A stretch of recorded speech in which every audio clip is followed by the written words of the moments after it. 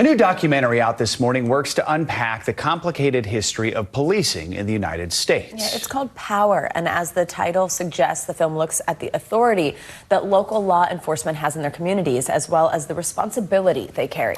Yance Ford directed the film. He joins us now. We're lucky to have him with us. Yance, good morning. So I know your film is a deep dive into police forces in America, which dates back centuries.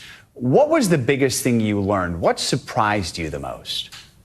So good morning, Joe. Good morning, Savannah. I think that what surprised me the most is that policing really doesn't originate from this concept of protecting and serving people or of enforcing the law. There are really 3 points of origin in policing that you'll see explained in Power. The first are slave patrols that began in 1704 in the Carolina colonies. The second is the use of the military as a militia to clear indigenous people off their land in the West as the country moved westward. And the third was, police working as strikebreakers as new immigrants to the United States who were not yet considered white, the Irish, Italian, and Greek immigrants, for example. They busted those unions up in northeastern cities.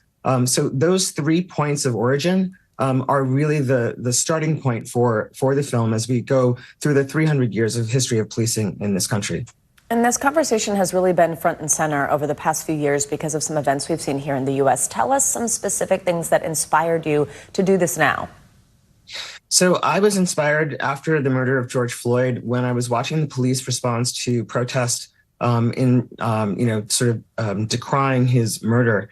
And there was something about the police response that seemed really different to me in that moment. And I was moved to ask myself in a way that felt new, is this what police are for? And that very simple question led to the movie that you can see on Netflix today. Some people might just automatically assume, oh, this is going to be an anti-police film. The conversation is much more nuanced than that, right?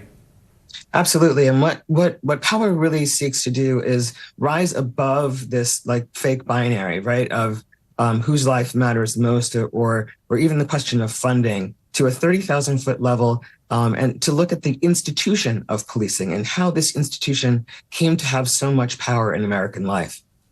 What do you hope audiences take away from this film? I hope that audiences take away that community safety is something that needs to be defined by the communities themselves, and that we have seen generations of reform efforts come out of police departments into communities. And I think that the way forward after this point, and that you'll have a sense of after watching Power, is that the idea of public safety and the role of police in communities really needs to be defined by communities themselves. Is there a place that you're seeing that you're like, yeah, they're on the right track here, they're doing the right things? There are lots of places in the United States that are doing, innovative work to bring police and communities closer together. We highlight Inspector Charlie Adams at the 4th Precinct in Minneapolis in the film, and you can see the work that Inspector Adams is doing with his community. And there are other communities around the country that are doing, different things. But the question is, will these things stick? Will they work? And our history tells us that reform efforts don't actually work over the long term. And I think that's because they haven't involved communities enough. Yance Ford, fascinating. Thank you so much for joining us this morning. And to our viewers, you can watch Power on Netflix starting right now today.